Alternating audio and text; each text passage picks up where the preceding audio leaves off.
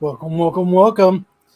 It's Saturday Night Special Time, the podcast that the only time they get a comment on their YouTube page if it's meaning for somebody else's YouTube channel. That's how awesome we are. Nope, this is the show that's like hanging out in your buddy's basement, just shooting the crap about comics and nerd stuff that's fun to talk about. So I think we've got a kind of fun show tonight. We actually got comic reviews this week. We're doing top 5 anime, our top 5 animes. We're talking about sex toys that crashed on the I-40. We've got all kinds of fun stuff to talk about tonight. And Matt's going to break down Clerks 3, so let's get it going.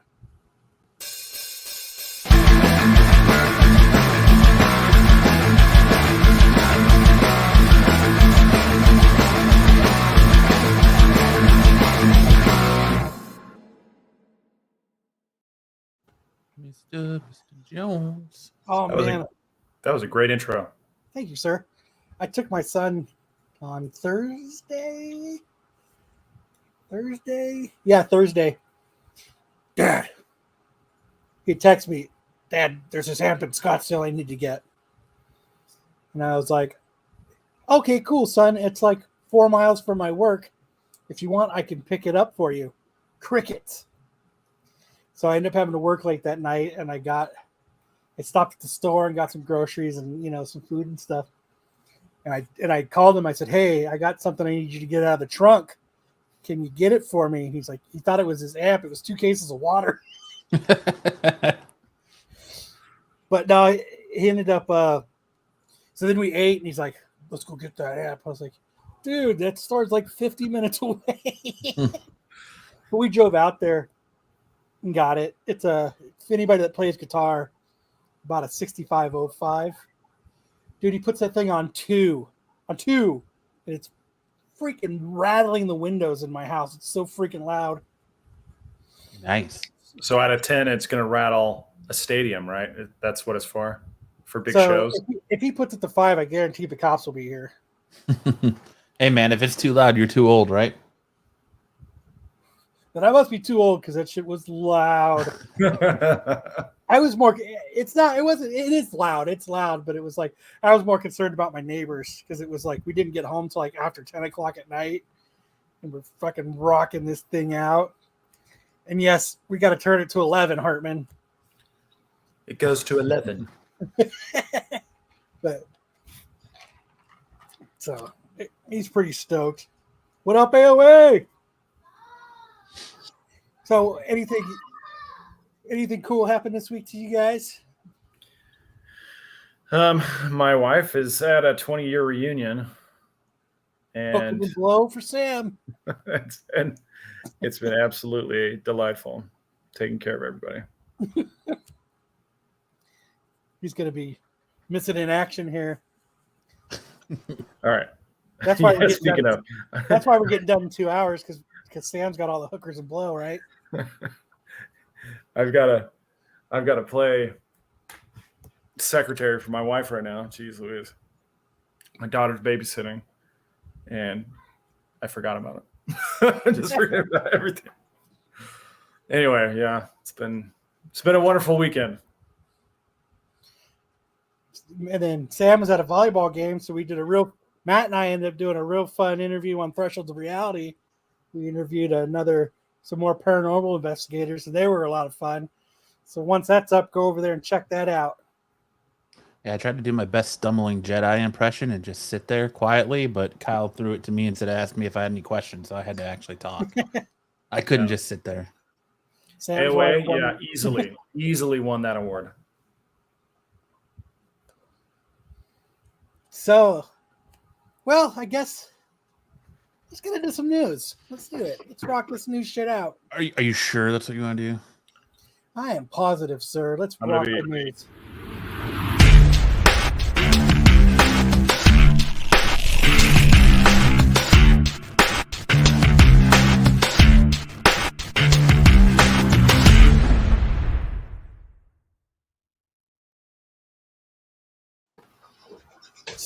Sweet.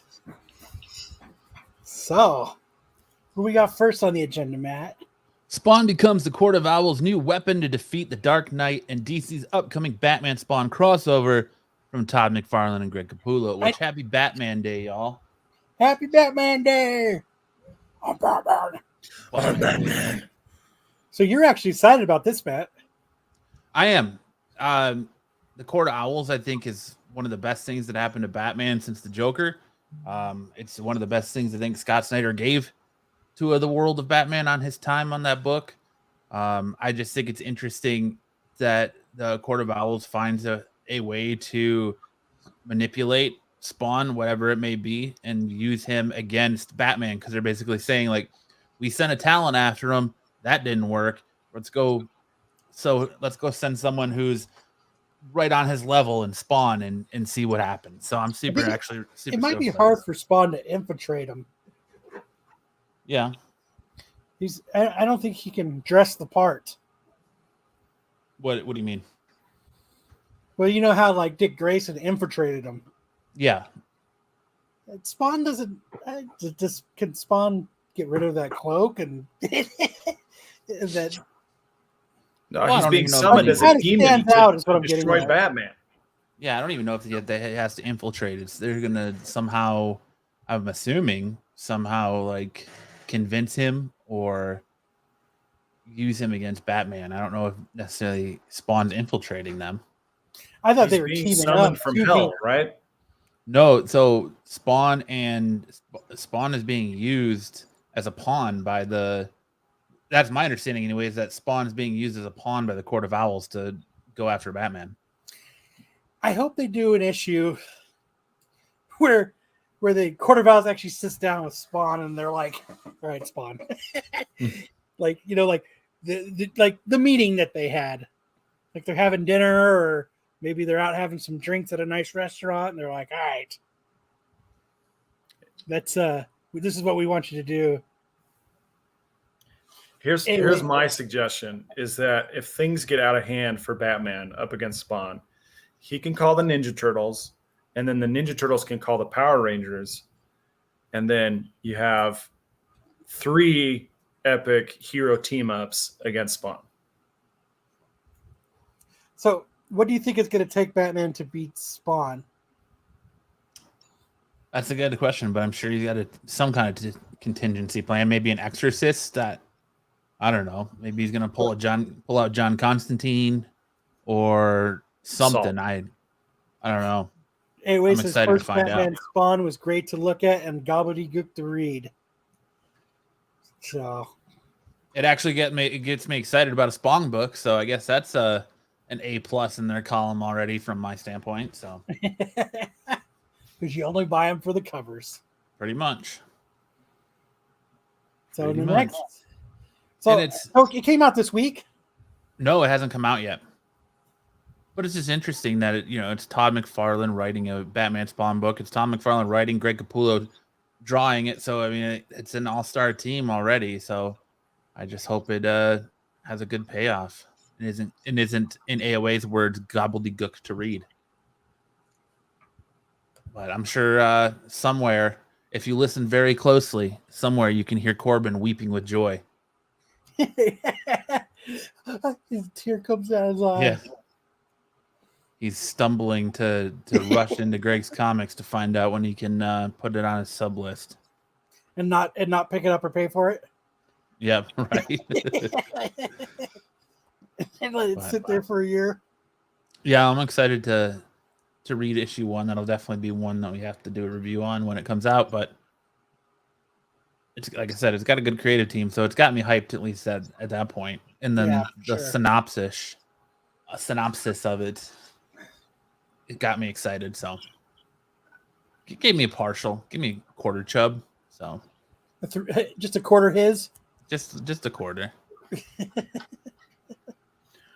So next we've got the People's Joker. Yes. Did you guys read about this? Yeah. So go ahead and introduce it in case our listening. It looks terrible. The studio has seemingly brought the legal hammer down on The People's Joker, a parody film that spoofed not only Batman villain, but a ton of other DC comic characters.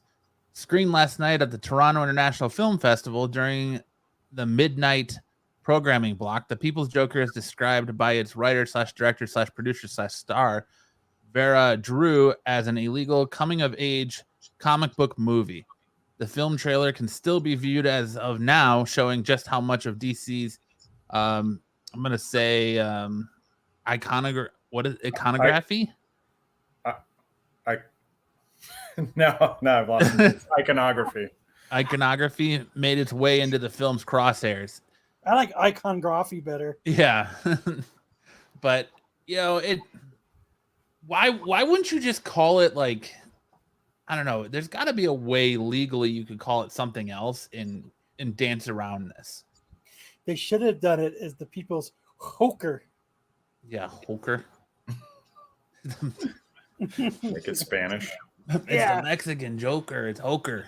I saw this meme the other day, and it was this guy was coming across into the United States, and he was at the border, and the border agent on the American side says, "Where are you here?" He's like, "I'm coming here," and he says like, "For a while" or something. He says something with a H, but he says, "Oh," he said, "I'm going to San Jose." And they said, "Oh, in America, we call it San Jose." He's like, "How long are you going to be here?" The border agent says, and the guy says, "Maybe from January to Hoon or July." I just thought that was funny. You know how they get this parody to stick is they add a sex scene and call it a porno.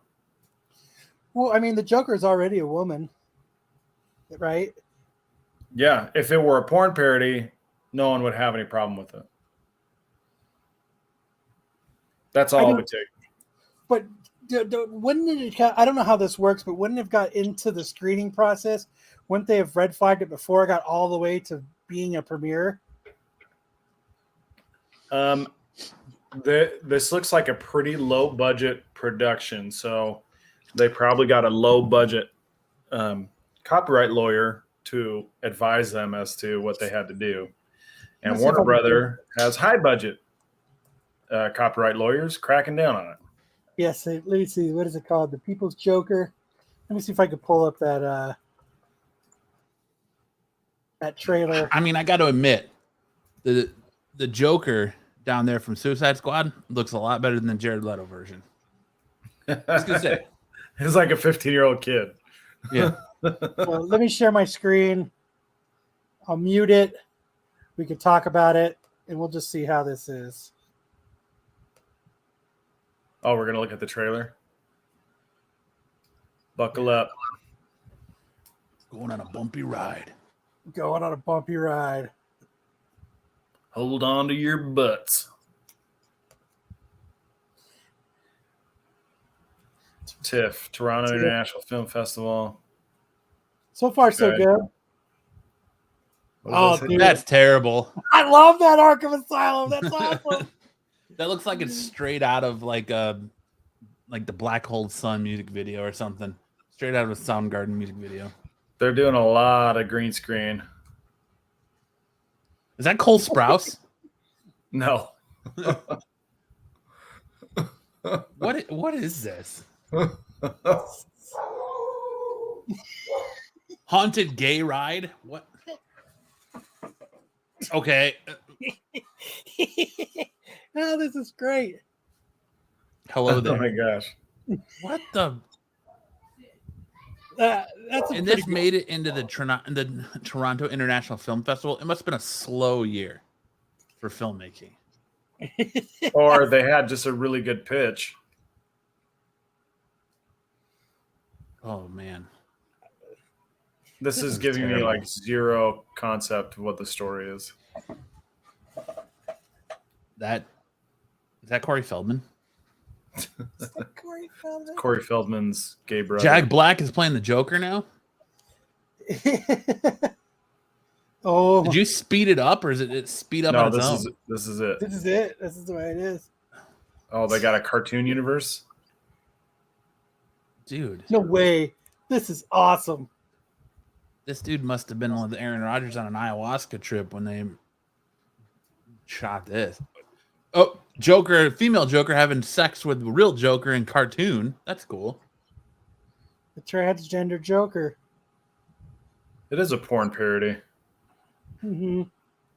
This should have been fine. What did that say? Holy moly, who's this guy? Let me go back a little bit. Pause it. The People's Completely unauthorized by Detective Comics, Warner Brothers, or anyone claiming ownership of the trademarks. All materials used fall under fair use. Haunted Gay Ride Productions. Protected under Title 17. I tend to agree. Having seen it, there's no way you could confuse this production for a Warner Brothers production. I tend to agree. So now we're not going to be able to see it though. Like it's if they get a decent lawyer, they'll crack it open. Give it a year or two. We'll get it. We'll get to see it. I mean, I have to see it now. Like I want to see it. Like I want to reach out to these people and like I think get a copy somehow. And then set up a private screening. I want to interview them. I want to interview the dude who wrote this movie. Vera Drew. So put it out there. Put it out there to the universe. Vera Drew, you have an open invitation to come talk about the People's Joker. So you know what to do, Sam. Work your Joker. magic. I'm gonna send out the vibe. No. Don't send out the vibes. Send out the email. I will. The vibe precedes it, though. You gotta send out good vibes. And then you got Damien following in his father's steps about something. DC Superman, son of Kal-El, 15, recreates an iconic moment where Batman slaps Robin. Well, this time Robin is the one raising a hand to the sinister President Bendix. Yep, and then if you want to read it, he appears in a doorway, but I love it. Damien appears in a doorway and tells Bendix he's heard you've consistently tried to hurt my best friend. Bendix, whose plan to take over Gamora was just shut down by Lex Luthor. When Lex realizes the battle was turning into the hero's favor, stands up and tells Damien to move. However, Damien slaps him and sends Bendix sailing to the ground before he can get out any more of that. You want me to move again? Damien asks before Bendix decides to cut his losses and run. I just love that DC has they've seen the memes, they have the sense of humor, and I like how they've incorporated it for us again to enjoy. DC is woke, yo. Because now we have a whole new meme out there for us to enjoy. Now we can have Damien slapping somebody. Yeah, but it doesn't feel like it hits as hard as the Batman slapping Robin meme. Just gotta think it kind of goes hand in hand with like all the innuendos that go with like the Batman, the old school Batman stuff, 66 stuff. Mm-hmm. I don't know. I think it's cool that they've done that. Yeah, no, it is cool that they're starting to be more self-aware and kind of steering into the meme a little bit more. But it's like, are you doing it to?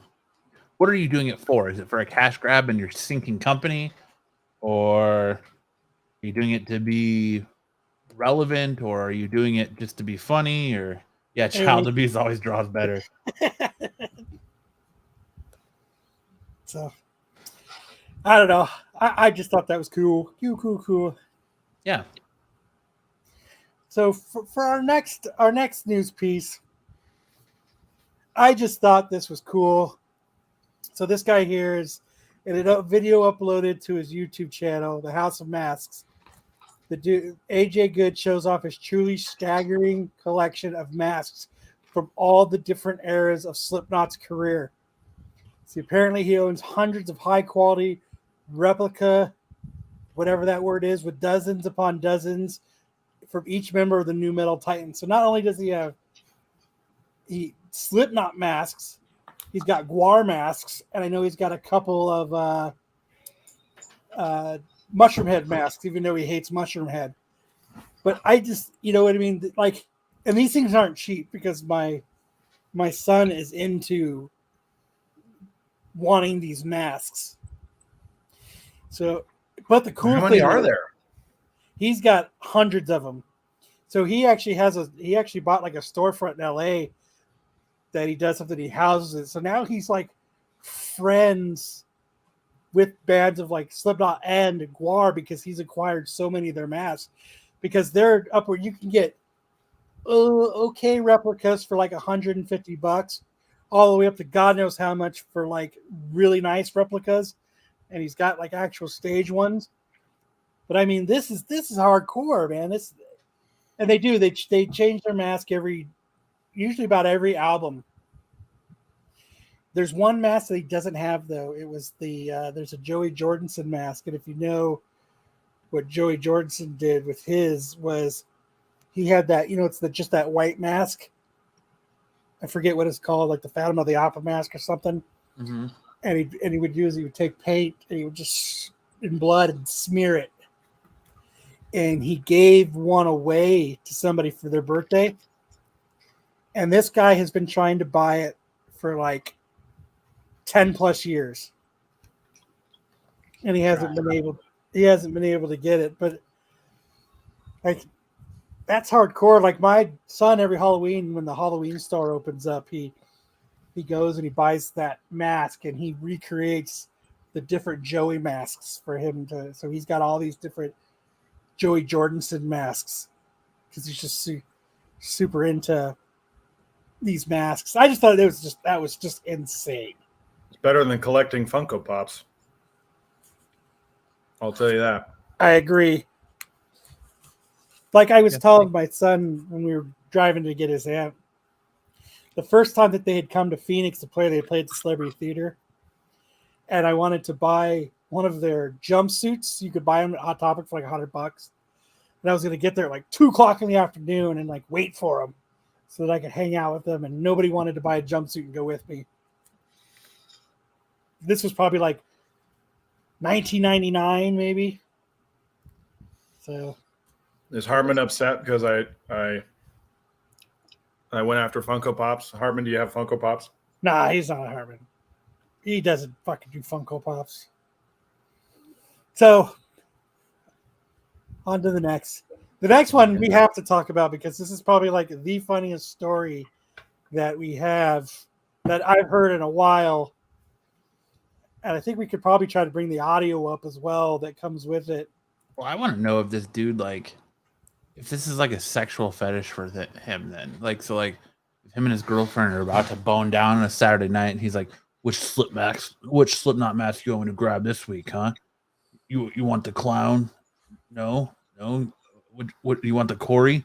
The one that looks like Michael Myers with dreads? Yeah, that's your fetish this week? All right, let's do it, Shit, probably not. Or if he puts like on the gas mask one, like sucks a fart out of her or something. I don't know. It just like I know, like I'm a big Mushroom fan head as well, and like inside those groups, they those people are always buying Mushroom Head masks. So I think if you're just into these masks, a lot of people like to acquire them. Yes, I mean there's a fandom for everything, and I guess collecting. Like, but it's replicas though. Like, it'd be more impressive if like he was buying actual like the real masks at auction or something. Like it's like he's got a mask dude, and he's just like, all right, well, this is what their mask is. This on this tour, recreate it for me, Sounds like you have one or two. There's a big market for people. A lot of people recreate these masks like identical to it. And like I said, they're expensive. Yeah, it's like a collectible. Yeah, that's what I'd say. Like we collect comics, he collects masks. It's the same. It's just all fandoms. Matt's hunting for buzzes to kill. You sweaty Slipknot masks. No, I'm not trying to kill anyone. I'm not trying to harsh anyone's mellow or anything. I'm just saying. You got to think though that he's probably right, man. Like, you think a full like 2-year tour with those masks, man. You think those things got to be ripe. Yeah, but they probably spray like the same disinfectant that they spray in bowling shoes. Oh, yeah. Just the deodorant. All right, you're gonna put it on, Corey. Let's go. Next year, Sticks Boy, the Kyle Spirit Halloween mask will be in his collection. I wore a latex mask to Comic-Con one time, and it was miserable. Oh yeah, that sounds absolutely so miserable. awful.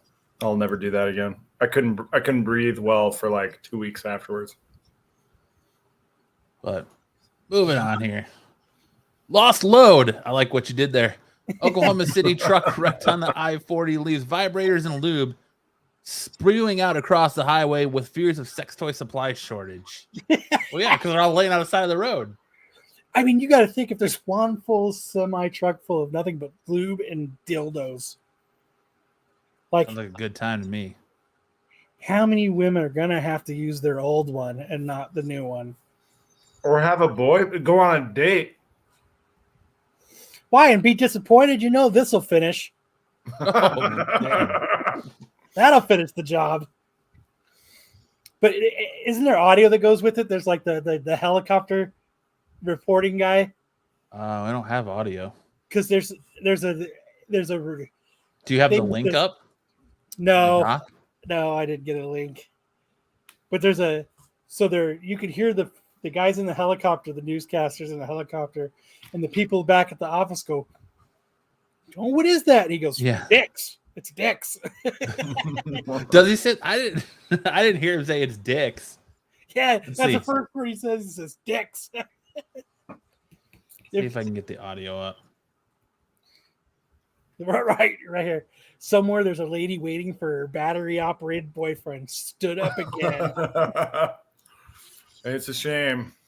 I feel bad for anybody who has to rely on prosthetics to get the job done. Well, Justin, I know, but I'm glad you found us over here and you're hanging out with us. It's good to see you, Justin. But yeah, you know what I pictured? This is what I pictured when I heard this story. There's at least 4 chicks. There's 4 ladies with their trunks open, going to town with arms full of dildos, running back to their truck. Motherfucker, I am set for the year. Going to town with these dicks. Like people when they're trying to get cash, that's spilling out everywhere. Could you imagine? Why do they need that many? Why would they need that many? Or unless they're trying to corner the market. Hey, I mean, you need one. Oh shit! My Etsy store is going to be lit. Yeah. You need one for every occasion, man. Can you imagine on the news? Justin, the price of dildos has jumped with inflation because of a truck. It has now gone from 18% to a 27% markup on all dildos because they're all on the I-40 in Oklahoma. Is that what Tyler's selling on Amazon now? Is that what Tyler's going to be selling on Amazon? Is all these dildos that he found on the side of the road? Yeah, this literally gives a new meaning to the term "fell off the back of a truck." Like, where'd you get that dildo? Well, fell off the back of a truck.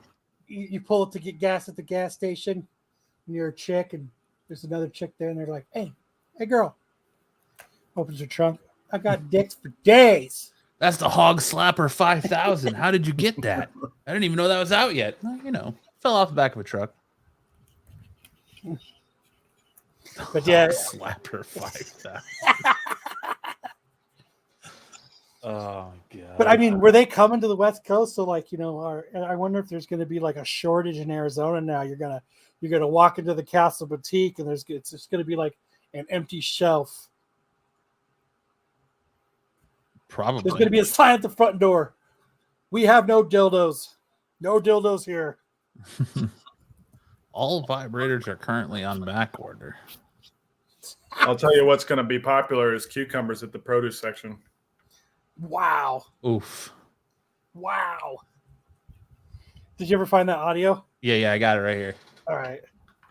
I'm going to share my screen here. The Flatbuster. The Flatbuster 5000. The Flatbuster.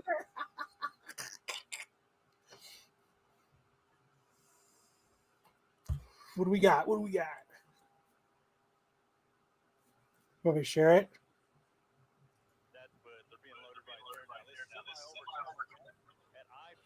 ramp is to go to the new Turnpike Spur here. It is also the Mustang on ramp when you get off Mustang to get onto I-40 eastbound. That's also the Mustang on ramp. Barely hear it. Are you able to hear it all right? Barely. So they already got directors here, but there is a lot of stuff to clean up. So this Turnpike Spur, Like you can kind of make them out. I wish you would just zoom in on one. probably be closed for quite some time. Jim Garpoy live from Bob Mills got his 9. Back to you. Jim, can you tell what he's carrying there? What's all over the road? All right, that's a mess for sure. The latest I-40 eastbound. I swear I heard one where it says Dicks. Not really. Maybe you Some can type of tell. parcel. I can't tell. Oh, you can see it right there. This too is the driver's not injured. Good. No injuries, but That's a You whole can kind lot of of see dicks. it like right here. whatever it is, it's going to take a while to clean up. All right. Jim Gardner over the scene and Bob Mills Skynews 9 again. I-40 eastbound, blocking the Kilpatrick. Damn, man, what's this? Hey, I don't need to see it. I saw it. All right. I saw the fake dick. You see if you like to see fake dicks. Wow. But yeah, I think that's so hilarious. Just lubing dicks on the freeway. So, Hey, whatever helps sleep at night, man. well, a lot of women aren't going to be able to now. They're gonna go unsatisfied. Just That's like a normal. shame. Nothing new from normal. No wonder my fiance was so grumpy today. They get used Could to you it. imagine checking your shipping, tracking your shipping, and it's like your package is currently spilled out all over the I-40. Sorry, we will not be able to deliver your dick. No longer in transit. Like you could see it, like in the picture you added, you could see like the little pink vibrator in the shape of a crooked D. The old crooked D. Uh, All right, so I think the first thing we should get into is I don't know how many people went and saw Clerks 3. I know Matt's seen it twice. yeah. So there's an article where you could tell the person did not care for Clerks 3 at all. Yeah, it's the AV Club article, and they pretty much just trash this movie, but they use the way I go about it is like you can tell it's definitely like a hit piece, and it's someone who has some sort of grudge with Kevin Smith or has been just not a fan, and it's a very they're not writing it unbiasedly, and they're very like you could tell they have an agenda with it. It's Yeah, you Go could ahead. tell that they just weren't. They had a reason to slam it, and they did. yeah. I mean, the title of the article is Kevin Smith's Clerks 3 cashes in on nostalgia at a disappointing cost. Well, I don't care what they think. I want to know what you think, Matt. I think that says dispiriting cost. I loved it. Like to me, as a Kevin Smith fan, it was a good. Like I said, I the first time I saw it, I came out of it, and then I was like, "Oh, it's a 10, it's a 10," and screaming at the top of my lungs of how good it is. And then I had PTSD from Miss Marvel, and I was like, I gotta see it again and make sure that's how I feel about it. And it's like an 8.5 for me. It's definitely a fun watch. Like I enjoy most of his movies, so I felt like it was a good wrapping up of the Clerks trilogy, and it was very much a story more so of two men coming to terms with their own mortality in different ways, and friendship and taking people for granted and not wasting your lives, because the most precious thing we have is time, and a lot of us waste time doing nothing, and you kind of have that near-death experience or this epiphany that you've done nothing with your life and just try to make the most out of what little time you have left. And it was a lot of fun. I mean, if you like the original Clerks, it pretty much Randall has a heart attack, and then it becomes very meta where he realizes that he's wasted his life watching the same cartoons and doing the same things, same movies, and he's never really amounted to anything. He's worked in the same store his entire life, and he goes on this adventure of building doing the movie Clerks. He decides he wants to make a movie about his life and his time at the Quick Stop and all the customers that have come in there. And he says, you know, the movie I'm going to make it a script of everything I've ever heard anybody say in this store, or I've said in this store. And there's a lot of good callbacks to the old View Askew universe and View Askew movies. And like when Jay's reading the script at one point, he says a line from Chasing Amy where he's like, Snoochie Boochies, why do you have me saying this baby babble bullshit? And Randall's like, what do you mean? I've literally heard you say that on multiple occasions. So and he wears a Buy Me Toy shirt at one point. So there's like a lot of callbacks throughout the universe. But yeah, he goes through the motions of very metally remaking Clerks. So it's a fun movie if you're a Kevin Smith fan and like the Clerks movies. And it sucks that it's only getting a limited release and only in theaters until tomorrow. Like, it's weird the way they did it because they put it in theaters from it was in theaters Tuesday, Wednesday, Thursday, and Friday, not today, and then comes back tomorrow for one day. What, so real movies can be on for Saturday? I guess, yeah. Saturdays are for the real movies. Yeah. But So it's kind of a meta take on the whole thing. Yeah. That's cool. And this goes to Matt's love for watching movies, and this is something I've given him shit about for years. I think it's great. He goes to watch a movie, and he's such a movie guy, and this is what's awesome about him. He comes out and he just fucking, like, his mind is blown when he finally goes to watch this movie, and it's like the greatest thing ever. And then he watches it again, and he was like, damn it. It was good, but I don't know how it was good the first time. So, like, when Captain Marvel came out, the second he walks out of the theater, he messages me and he goes, movie's a 9.8. All day 9.8. Fucking 9.8. A 9.8. So it's the nostalgia, man. Like I get caught up in the nostalgia feels, and I'll admit it. I'm a big enough man to admit it. I get really caught up in the Clerks 3, and he goes, "This movie's a 10." Yeah, It's a 10. I loved it, but like at 2 hours, my second watching. I was like, at 2 hours, there's some stuff in the middle that could be shortened down and cut down to make it, an hour and a half movie tops.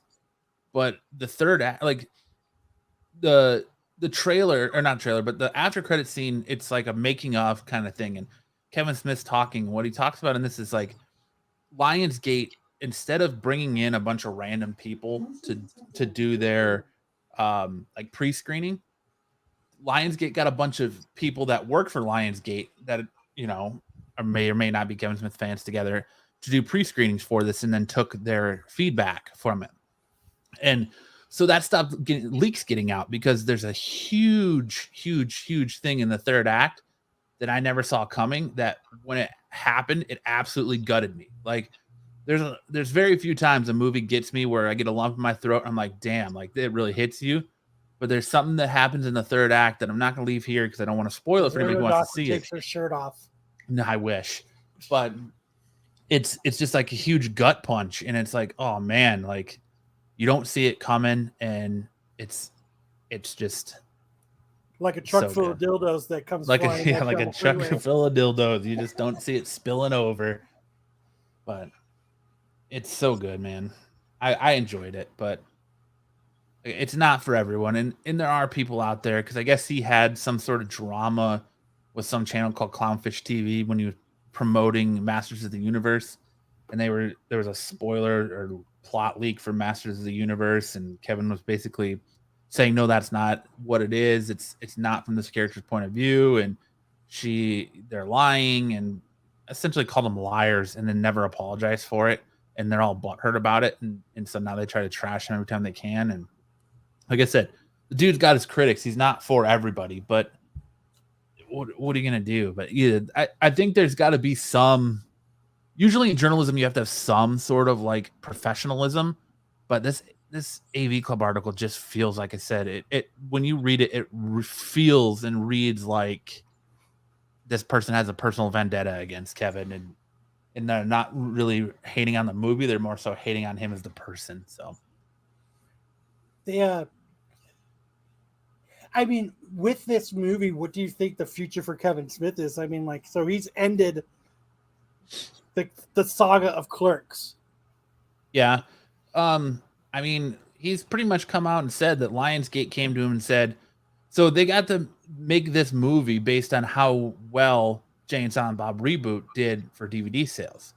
So Lionsgate came to him and said, listen, if you got any more of your stuff that you want to put out under a specific and a certain price point, you can do it here and we'll work, distribute it for you and do all that stuff. So that in that distribution that allowed him to do Clerks 3. And he only spent like $7 million making this movie. Only. Well, I mean, and by movie standards, that's not a lot. So the People's Joker, how much do you think they spent? Like $50. $50 $50 and a lot of green screen work. I bet their budget was about $100,000. $50 in a pirated version of After Effects. But BK says, I stand with Adam, down with Clerks. I liked it a lot. And I see, to answer your question, I can see him somehow getting a Mallrats 2 out there now. There's been a lot of talk of him wanting to do Tusk 2, and I don't want that to happen. That is not a movie he needs to do. Tusk is happening. Tusk 2 is happening. I hope to God it really doesn't. But the first half of that movie is fantastic. Yes. And then the last half he got too stoned and it fucking fell apart. It's happening. Once he transforms into once Justin Long is transformed, it's game over in that movie. Dogma is still his best movie. Yeah, there's a lot of funny stuff. Like when Randall has his heart attack, so he has the same heart attack Smith has in the Widowmaker, and it shows that he's shows him have it and that he's getting the surgery to place the stent to open the valve, and the surgeon that's doing his surgery is actually the chick who plays like the ship mechanic with the all the robots on Tatooine and Mandalorian. So as Randall is as doped up on painkillers, he's basically reciting all the events of the Mandalorian to her. And it's very meta because she's in that show, so she's talking to him about the Mandalorian. And at one point he's like, and then I shit you not, Luke fucking Skywalker shows up, and it's not the old Luke, it's the young fuckable Luke from Return of the Jedi, not the old get off my lawn Luke from The Last Jedi. And like she's like, oh, I see you're a superhero fan, and then she's like, in her Batman voice, she says, with great power comes great responsibility. And Randall's just like, what the fuck was that? Like, so it is, like I said, it turns very meta, and I like kind of where they go with it. And the beauty of it is they get all the original cast that's still alive from the original Clerks movie to come back in and reprise their roles. So like the same woman who's standing outside waiting for a copy of Dental School is back, and the guy who plays Rick Darris is back, and the Trulies guy is back, and so they even get the cat and the dude who's standing at the counter and the cat is shitting in the box back. And so like it's just crazy how they found these real people and went back, found them again to recreate this movie. So it would have been cool if they would have went 23 dicks instead of 13. You got to understand, though, BK, he's probably contractually obligated to say these things. And if you go, those spoilers about Masters of the Universe are right, and that's the direction they wanted me to go, he's going to get sued. So he's got to have some sort of like, it happens all the time in movies when things get leaked, and he's got to basically lie to you and say, no, that's not true. Plausible deniability and stuff. You can't just be like, oh, no, that's true, and ruin it for everybody. So I'm sure he's contractually obligated to say specific things, and you can't stay silent, dude. You're doing a presser for a TV show, like it's Silent Bob. Yeah, you're sitting there pushing a product. Like, you really think Netflix wouldn't give him shit if he just doesn't say anything about it? I don't know, man. But yeah, it's a tough call. It's a tough call. But like Elias, it's like the Spider-Man No Way Home leaks. You know, Tobey Yeah. Maguire, he didn't give a crap. And then Andrew Garfield was actually, he got stuck lying about the whole thing. Well, and even Tobey Tom Maguire. Holland, he had to lie till he was blue in the face about the entire thing. Every interview he did on talk shows and stuff. So, Oh, and he still spoiled it. He Yeah. still spoiled it. That's what I would do. Fuck that shit. Spoiling it. Guess what? Everybody's in it, motherfuckers. yeah, but like Elias is back. The Jesus toting Elias from Clerks 2 is back, and he kind of smites Randall when he has the heart attack, and then prays to Jesus, and he's like, "My prayers are going unanswered," and he's like, "I'm going to give my soul to Satan if Randall lives," and so he does. So then he becomes a Satanist, and like each time he walks in the quick stop after that, he's in a different getup. So he's like, he walks in like a callback to like Blade Runner. At one point, he looks like the main character from Rocky Horror Picture Show. So it's like he's in these goth outfits that are like represent these like satanic movies and stuff. So it's fun. I enjoyed it a lot. 8.5 you gave it, right? Yeah. That's probably good. And I mean, solid. the critics are at 65% on it right now on Rotten Tomatoes and like 95% audience score. So I feel like I enjoyed it. I've seen it twice and I would love to go see it again. And I'm even considering paying the money to go when it comes here for the road show to see it. So I'm waiting until I can get it. I can buy it I can rent it like on DirecTV. But like, I'm sure it'll be soon. Hopefully Monday. My fiance had no really. Her only introduction to Kevin Smith before meeting me was Chasing Amy, and so I was like, when they put this Fathom event out, I pre-ordered my tickets like months ago, and I was like, all right, well, we're going to this movie, and she's like, but I haven't seen the first two. I was like, let me fix that, and she really enjoyed all three movies, so I'm stoked for that. Awesome. Get this. My wife dated a guy named Kevin Smith. Oh yeah, was it he fat with a beard? No, he was he was a guy I knew from high school. Damn it. That's all right. My grandfather's name was Bob Kane. Yeah, did he die on someone else's couch after creating Batman and not getting credit for it? No. I always waited from the day that says, I made Batman. Batman. Okay, well, so I think now it's time to talk She-Hulk. No. Oh. Well, kind of. Kind of. Marvel steers into the curve and their jokes, embracing Avengers bootleg Avengers to celebrate latest She-Hulk episode. There was a cartoon when we were kids called Two Stupid Dogs, and they had a spin-off that was like the Avengers. It had a guy named Valhalla who was basically a Thor stand-in, but instead of a hammer, he had an electric guitar. There was a purple Hulk, and there was a yeah, it's the Justice Friends, isn't it? yeah, something like that. And the Avengers logo totally threw me back to that. I was like, oh my gosh, this is Two Stupid Dogs all over again. Was it Two Stupid Dogs or was it Dexter's Lab? It could be either one. Man. Yeah, maybe it was Dexter's Lab. Yeah, because they had like Valhalla, the Infraggable Crunk. Yeah. God, I can't remember what the other names. Major It was Glory. like it was a Captain America. Yeah, stand-in. Major Glory. Yeah, that was it. So what did you guys think of this episode of She-Hulk? I thought it was bad. I was like this badass? No, like bad. Like I've been saying, every other episode is a stinker, and then they come back with a good episode on the evens.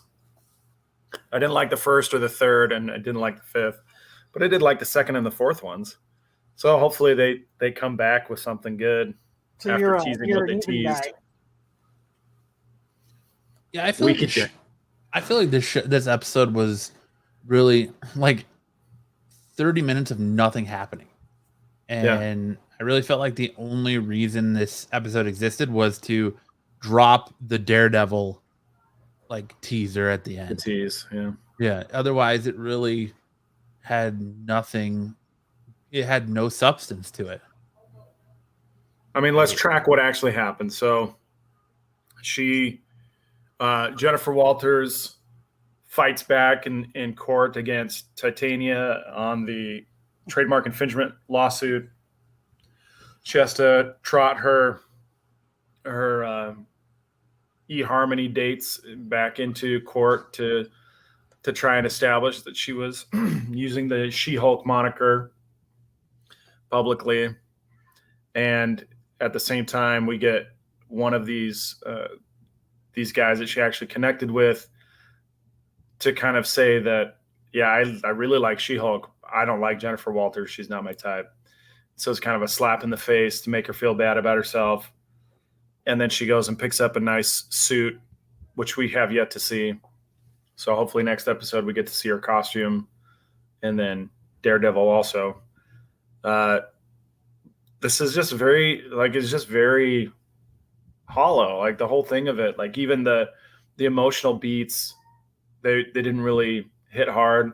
She just kind of shrugged them off like, no big deal.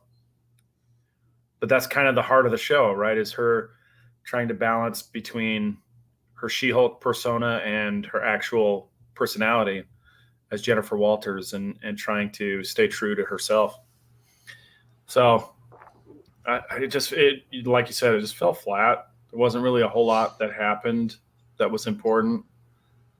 Maybe it's going to be set up, and maybe it'll pay off big in the next episode. But I don't get this whole roller coaster of quality. You know, it's down and then it's up, and then it's down and then it's up, and then it's down.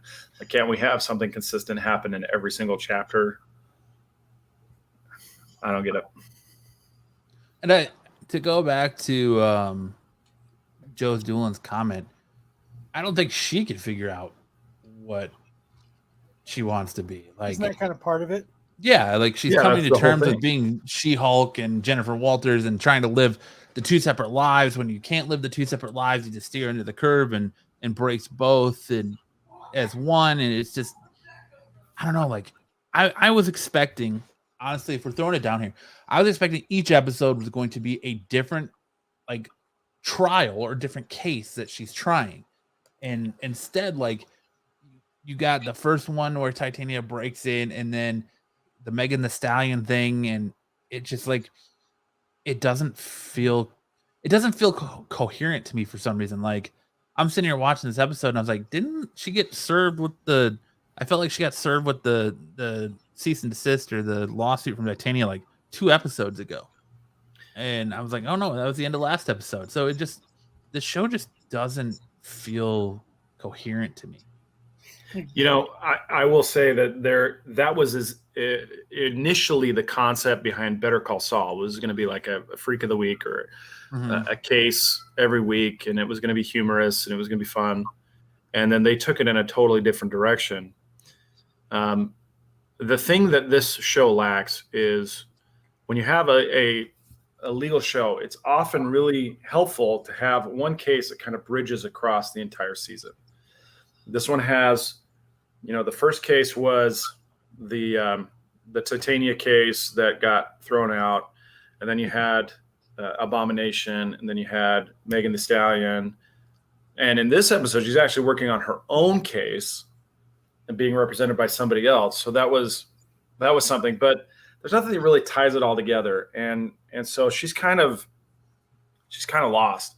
We're getting bits and pieces here and there. Oh, the Wong case also, right? There was the Wong and Madison case. Donnie Blaze. What a tease that was, right? Instead of Johnny Blaze, they give us Donnie Blaze. Yeah. And so there's all these little cases, but there's not a thread that binds them all together. And hopefully we do get something more cohesive, or in retrospect that was cohesive across the whole series. But so far it's just like every other episode is a total stinker. Listen, Hartman, I'll quit mansplaining things to you when you learn how to spell my name right. Hey, if you don't love She-Hulk, you're a misogynist. Well, yeah, everybody knows that, right? I don't know. Like Carmen has a green friend. I enjoy the show for what it is, but like I feel like there's really, like I said, there's really no substance to it. So I just don't know. Patrick's comment here. The Wong Madison stuff was great. I agree. It was Madison. Madison is a delightful character, and her relationship with Wong is fantastic. But that comes in an even-numbered episode. What we're looking for is something that's consistent from the odd number episodes to the even-numbered episodes. But doesn't that show is missing? What's that? Me. Yeah. Show Doesn't that say something about this show though? That the biggest takeaway from it is a throwaway relationship between Wong and Madison, is a woo girl and Wong relationship. And they're not even like the title character is She-Hulk. Like, I don't know, man. It just, she's not yet the star of her own show. Right. But isn't that she doesn't look like a star of her own show yet. And hopefully that's something that we can get to. But hopefully it's something the writers realize and not just us on this podcast. Yeah. Madison does have a ranking problem. So how do they carry this character into the greater MCU then? You think they don't? Well, it's already pretty much like Mark Ruffalo pretty much already spilled the beans that she's going to be an Avenger, that she's going to be one of the main Avengers in Kang Dynasty. So there's got to be something that's setting up. And I think this is what's showing us is like we sit here and we've complained about these 6-episode Marvel shows, how they feel too rushed or how, 6 episodes isn't enough. And this is going more than 6, but are we kind of seeing now the issue with dragging these out over multiple episodes? Like they're having to find filler. Like I feel like if this was only 6 episodes and they had to get from start to end, this would be a vastly different show. So 7 episodes might be the perfect amount. Maybe, but I just feel like 6 might. We always bitch that 6 is not enough. Yeah. But now we get more, so maybe it's 7. I don't know. I don't know if more is better. What they need is a story arc that ties all of these individual episodes together. Not just the episodes, but the cases that she's taking or being involved in across the series. They have to tie into something. I just like, yeah, we had to have filler where her cousin is trying to get her to sign She-Hulk products made by Titania. Yeah, like bootleg merch. It's just all right. Like, I don't know. I enjoy it for what it is, but like I said, it doesn't feel like there's substance to it. I compare it like watching an episode of Beavis and Butthead. Like that was fun, but there's nothing there. Did you watch the Detachable Penis episode? No, I have not watched the Detachable Penis episode. I am having so much fun watching the new season of Beavis and Butthead on Paramount Plus. So like, they've been really good episodes. Like I never would have thought that I think I would like them reacting to like YouTube videos more than music videos. So, well, I just like the Beavis Butthead stayed with the time. Yeah, because there aren't music videos anymore. That would be a fucking lie. Yeah, I mean they still do do some music videos, but it's like a YouTube video, and then the next segment will be like a music video. So it's interesting. But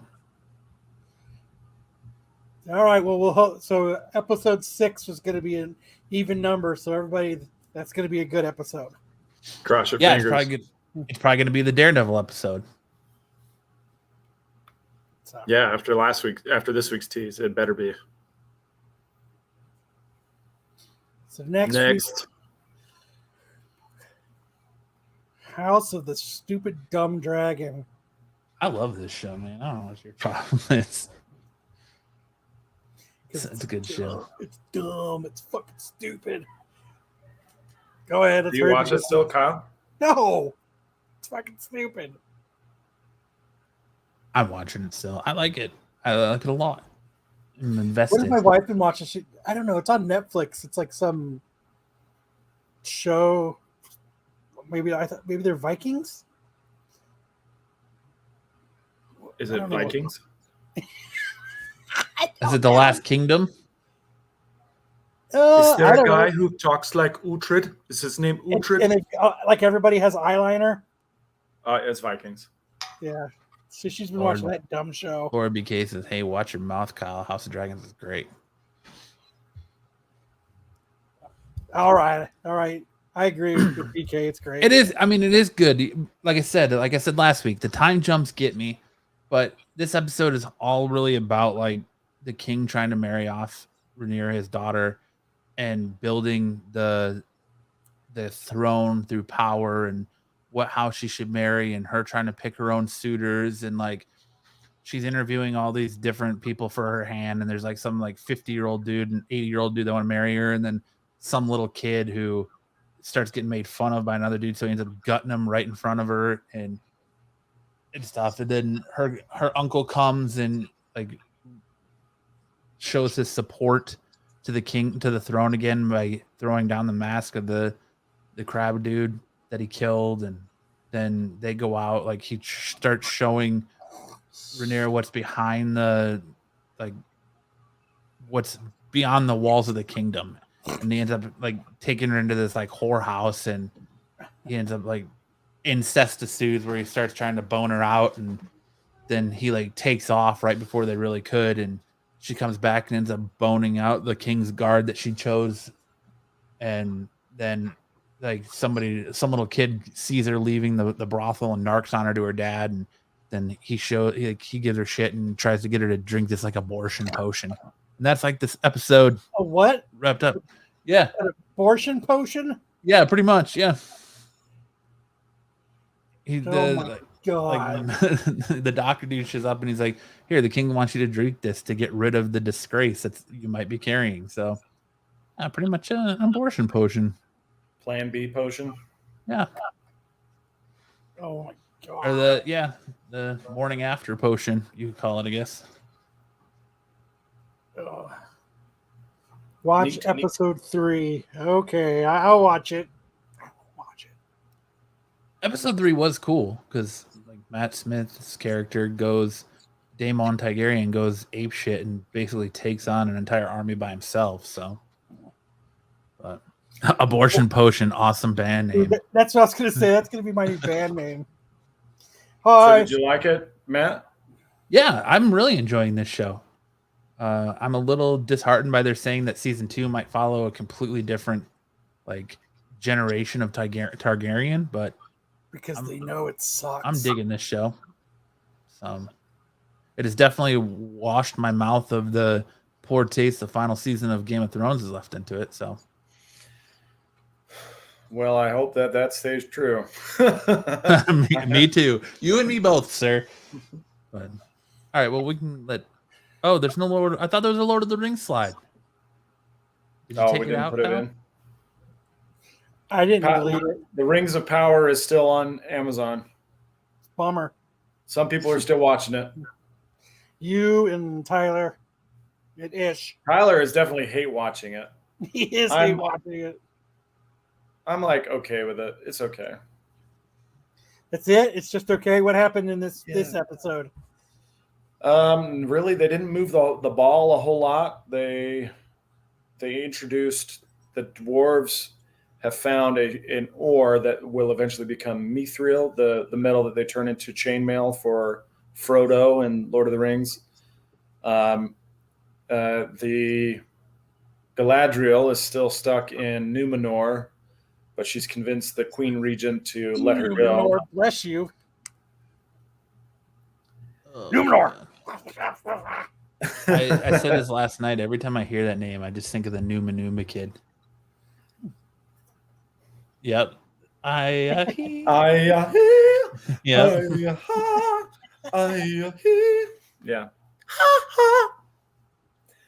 It's okay. Like this, not a whole lot is happening. It's not that cool. Hopefully, something good comes up. Sounds as exciting as E.T. the video game. You know, I did find a show. If you guys are fans of like kind of sword and sorcery, there's an anime on Netflix called My Uncle from Another World or something like that. The episodes released weekly. It's anime, but it is hilarious, and irreverent, and it's like the One Punch Man kind of what do they call it? Satirizing the genre, the isekai genre. It's really great. So if you're bored of Rings of Power, check out My Uncle from Another World. I haven't even watched it. I'm bored as shit from Rings of Power. I was at Walmart today picking up some groceries, and I had a woman in the cashier line recommend me some anime on Netflix where it's like some 3-year-old kid that lives in an apartment by himself. Oh yeah. Have you watched that? Kotaro? Something like That's that. fucked up. Can't even reach the oven to cook anything. Yeah, that one's also pretty good. That's some bullshit. Where's his parents at? Kotaro Lives Alone is what it's called. His parents are... No. Therme Rome Nove. What's that on? Is that on Netflix? I've never heard of that. That's just fucked up, man. Kid can't not even tall enough to reach the oven, man. Can't even cook himself some fucking mac and cheese. It's some bullshit. He manages, apparently, so. All right. Getting into our best and worst cover of the week. We forgot to run our review reel, too. Jesus, we're slacking tonight. Slackers.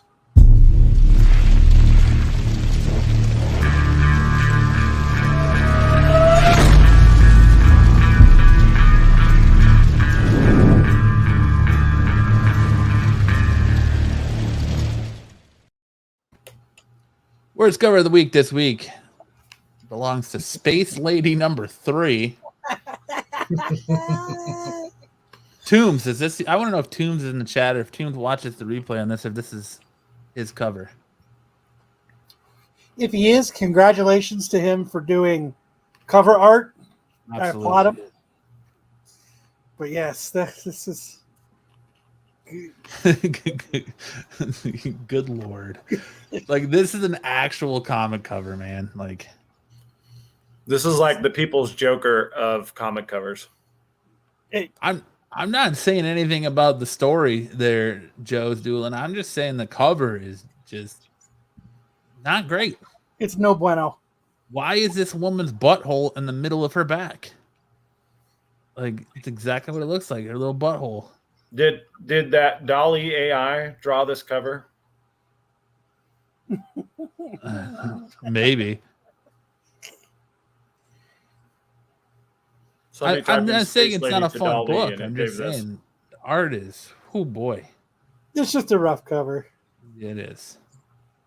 Our next winner this week is Midnight Suns #1, Kevin Eastman variant. It works for the Turtles. It doesn't work for Wolverine and Ghost Rider. Or Spirit Rider, yeah. Yes. Like, Just why is his little hammer like green and like it's not there? Why is his feet so small? I do like how he's riding on Wolverine's leg, though. They're so tiny. It's like he's just using them for leverage. You push off a little bit, man. Tiptoe, Wolverine's thigh. I think this is actually the 1 in 10 variant, if I'm not mistaken. But Kevin Eastman drew this? I like how he's got pinky out too. Like, Spirit Rider is very proper. Yeah. Pinky. You know, it just goes to show that Kyle's right. It works for the turtles because a mutant turtle, you really have no like size chart to go off of, but like a human person, like they look like children in Halloween costumes. Like, they're so short. I mean, dare I say it? They look like midget luchadors. Excellent. Yes. So, like the head to the body ratio. You know what I'm saying? Do you see what I'm seeing? Yeah, I see it. It's like, and it's very rare that, like, I'm gonna say a Kevin Eastman cover is bad, but it just his art style just doesn't work for this. Like, the head on Wolverine is fantastic, but it's like the rest of the body is where it starts to go south, you know? Like, not so much here to here. Yeah. Down here. Yeah, no. Drawing's tough. It's a tough job. Yeah, is that It's a? a It very looks like odd a hammer. fucking meat tenderizer. Maybe that's what Yeah, they're why is it doing. just They're the on their way to outline? make chicken fried steak. Yeah, Why is it just the silhouette of the hammer? I have no idea. Because the moon is bright, it's full. And the light radiating from his head. I know. They do look like muscle men. Good, Yes. good pull, Joe. It is a It's a meat meat tenderizer. tenderizer. Is that what he carries now? Looks That'd like be it. awesome. Best cover of the week territory goes to Mindset number 3. That is a very well drawn cover. I think it's cool as shit. Yeah. I love it. And then we got Sacrament. So this cover was so badass that immediately after finding this cover and showing it to Matt, I'm like, I gotta read what this is about. Because it's got dope ass looking spaceship, astronaut with a cross, holding it up to like a demon in the moon, in a planet or moon. I was like, I gotta check this comic out. So we are going to be reviewing the first 2 issues of this book. Ooh. Good Kyle. Very cool. It is very. Yep, he serves kebabs after passing judgment. Cooked on his head. And then we also have this Harley Quinn, Adam Hughes. Dude, that is fucking badass. That's really cool. That is a really well done cover, yes. I love it. Like I think Adam Hughes kind of killed it on this one. I like how she hold her nose so that it blows out the top of her head. Yeah. That's awesome. Very cool composition. Good job, Hughes. Yep. Hughes wins. Very Just well a- executed. Never a bad time for kebabs. But all right, let's get into a little bit of anime news Big news. with our man Sam here.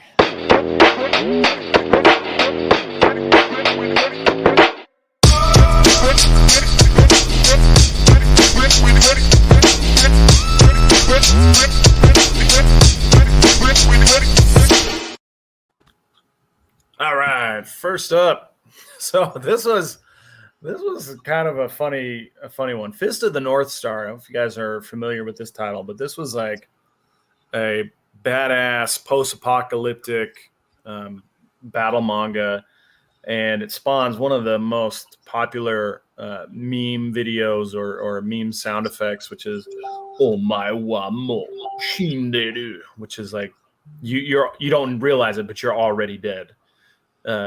Because the main character has punched somebody in a way that it's like Kill Bill, right? The 3-step slash or whatever. And so you don't realize you're already dead.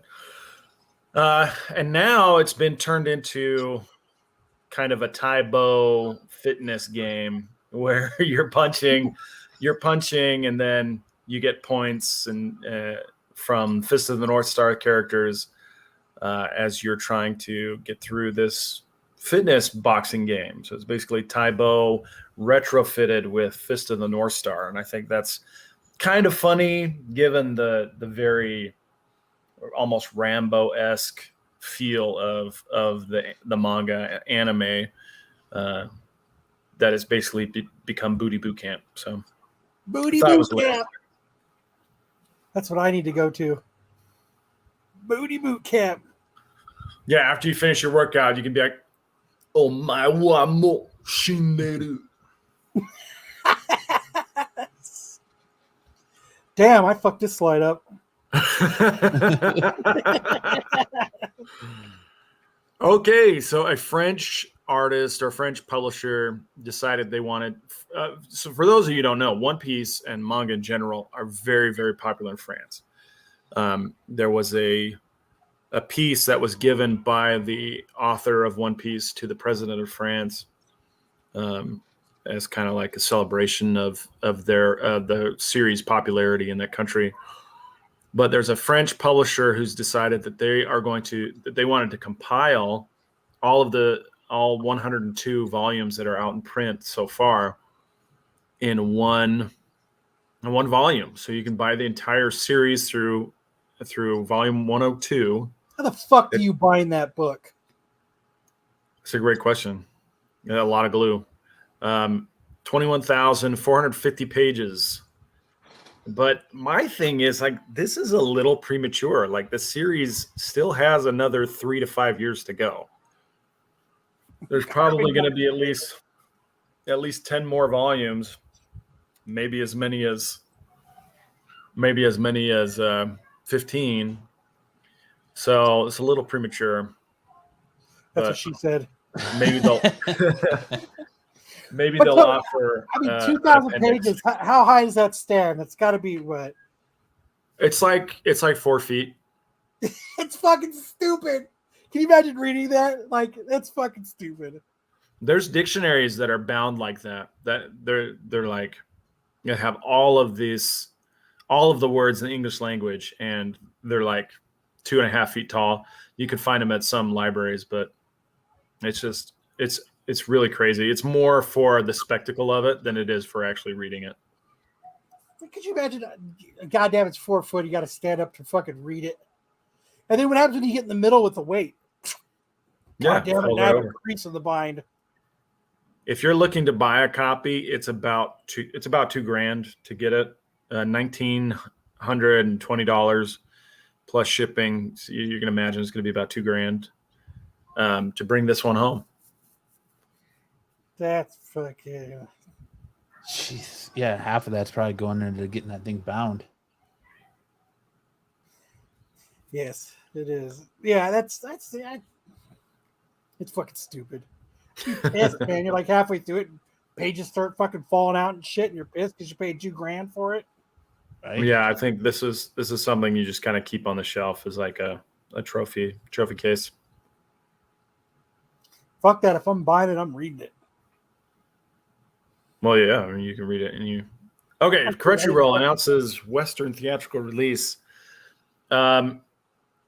Last week I had said that at the USC football game they had the halftime show where they said it was going to be in October.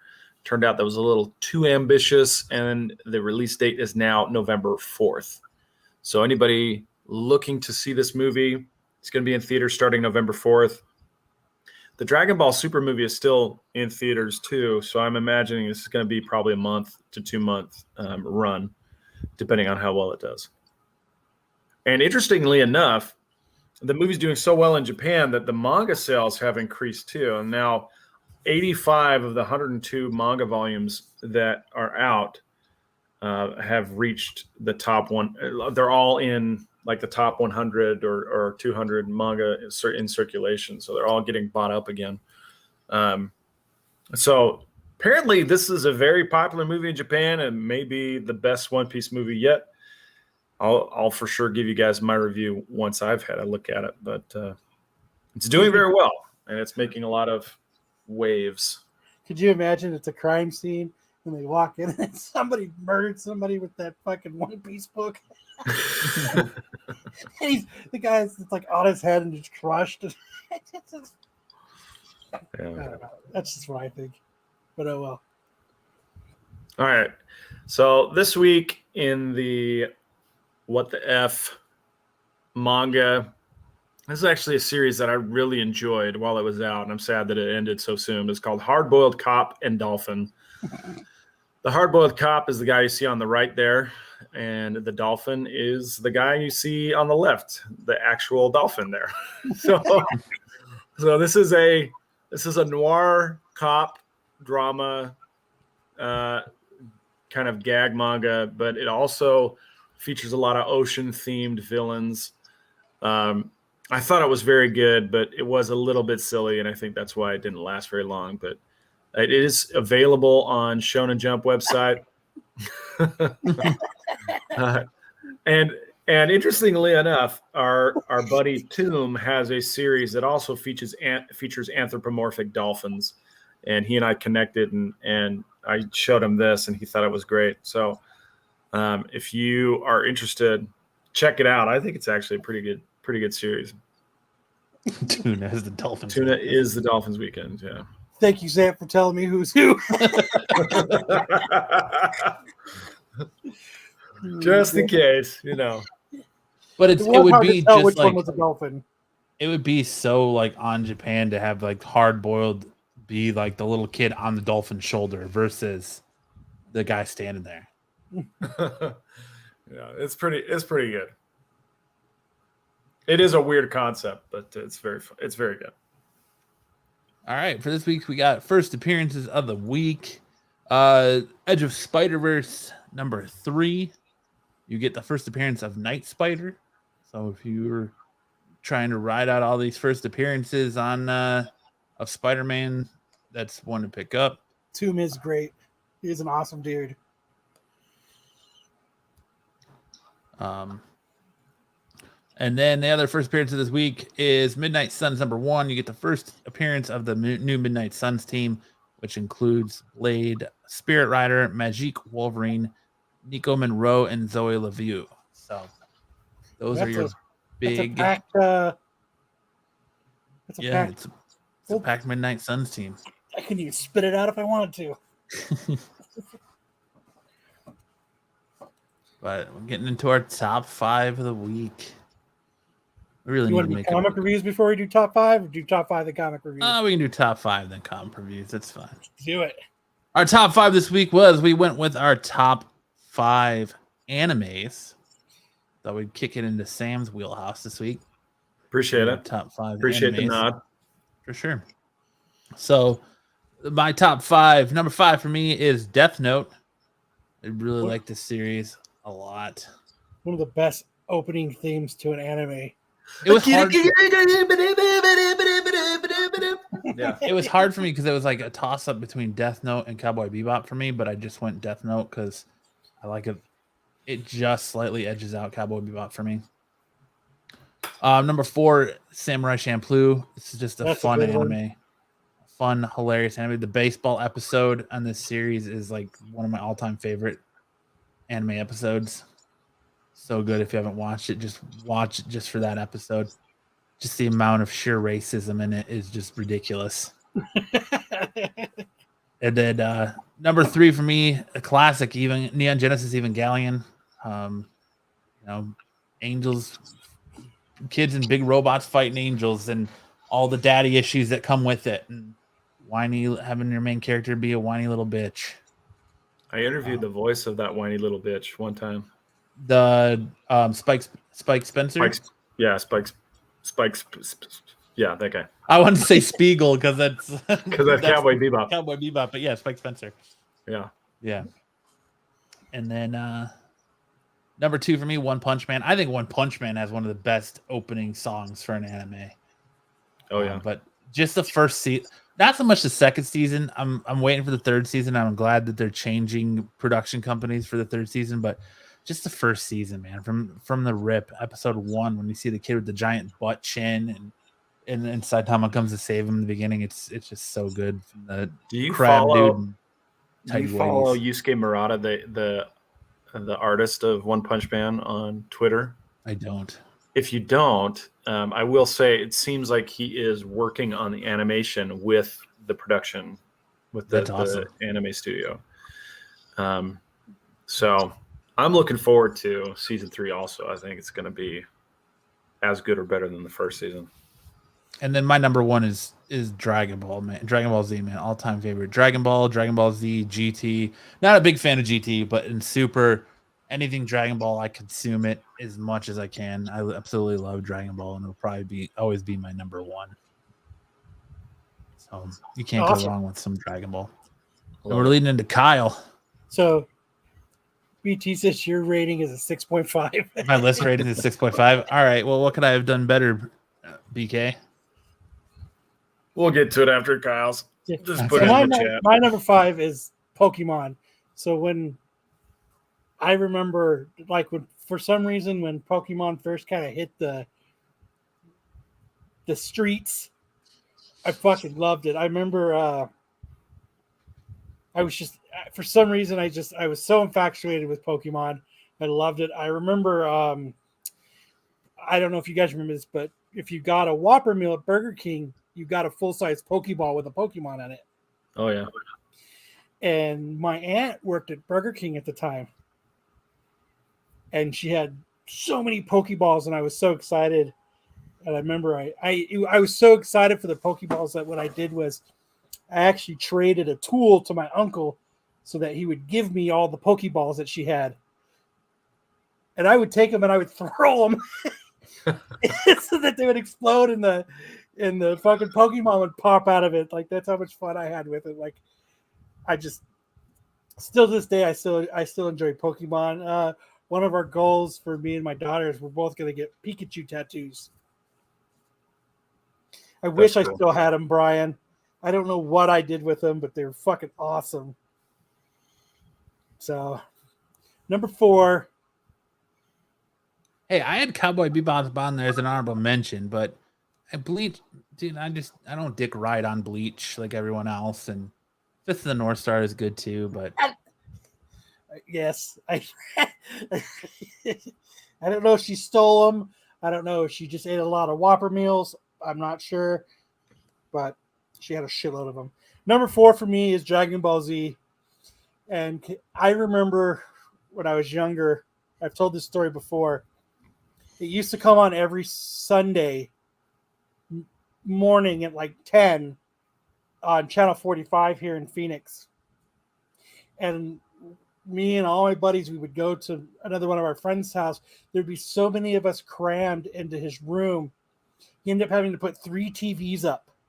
They weren't flat screens. It was before the days of flat screens.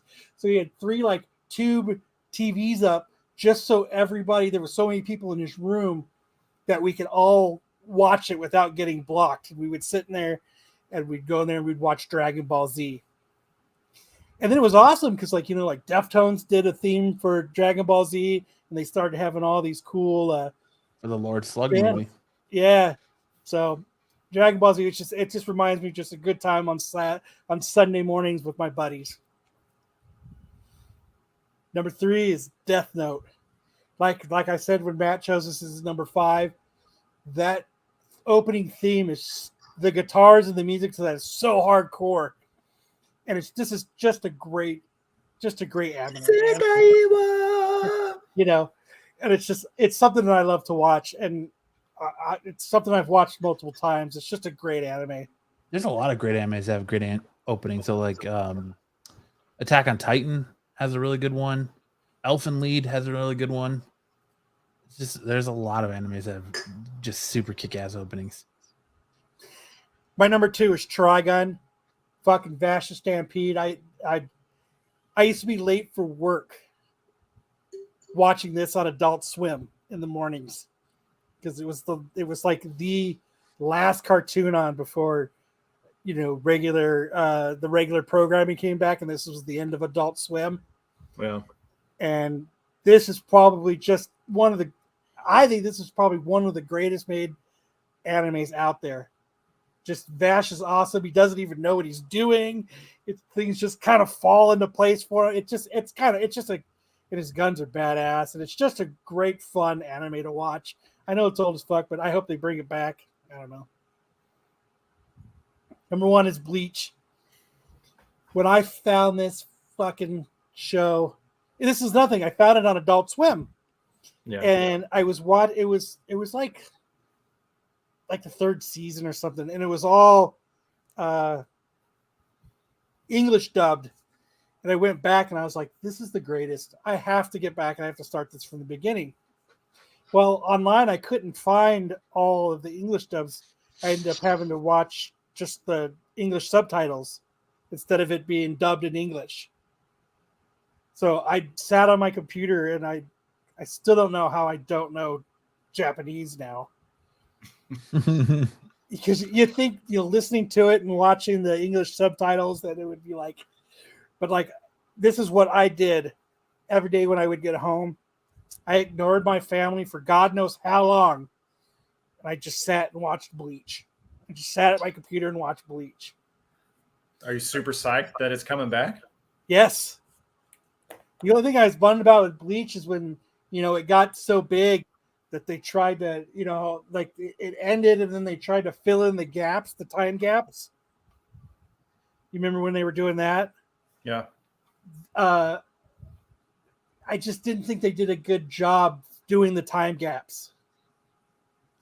Because there's a lot of time gaps in Bleach. Yep.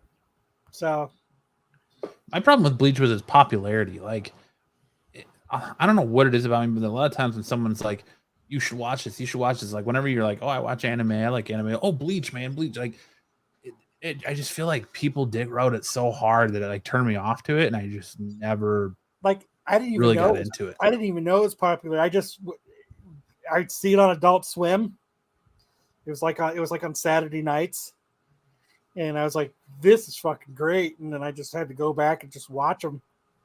Like Attack on Titan was like that for me. Like I love the first season, but then it exploded, and I was like, all right, I'm done with this. Like I've not watched any more of it since the first season. But Hartman, you can put your list here, and we'll talk about it. Hartman did put his list. It's right here. Oh, there it is. Speed Grab, Black Lagoon, Lucky Star, Ghost in the Shell, Darker Than Black, Honorable Mention, Death Note. I like that I got a better rating than Matt. My rating's probably going to be like 0. I smell what's coming here, god damn it. All right, now Sam, our anime knowledgeable superstar of anime, what is your list? Well, let's start with a recent release. This is Spy Family. I got to say, I am absolutely in love with this show. It kicked out a lot of older shows that I've been, I was tossing around the idea of Naruto or Bleach, the former big threes. And this one is just really, really great. Like the composition between the three leads is so fantastic. The opening music, the ending music, it's just really, really great. So if anybody is wondering if they should get into this, absolutely you should. It's so good. It's beating a lot of other things out there. I'm looking forward to the second core of this series more than anything else, even like Demon Slayer or well, I don't know. I don't want to put Chainsaw Man on that list yet because it hasn't come out yet, but Chainsaw Man and Spy Family are probably the two things I'm really excited about. This one's actually a film. I don't know if that was a limitation. I would just assume it wasn't. There are this no is a film. limitations here. The sky is the limit. Well, interesting you say that because Weathering with You is about these kids' relationship with the sky. It's a very poignant movie. I did that on purpose. And yeah, it tied in really well. I've watched this movie many, many times, and it always gets me.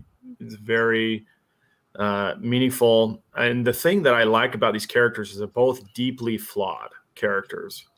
It has, the sister movie is Your Name. It actually happens in the same universe. In Your Name, the two characters there are not deeply flawed. They all make the right choices all the time. They're very, almost Mary Sue's. But these two characters, they make bad choices a lot. And that the way that the movie takes it is those bad choices affect lots of other people. And I really appreciate that a lot more than in Your Name. So a lot of people look at those two movies. If you like Your Name, you probably will like this one less, but I think this is the superior of the two.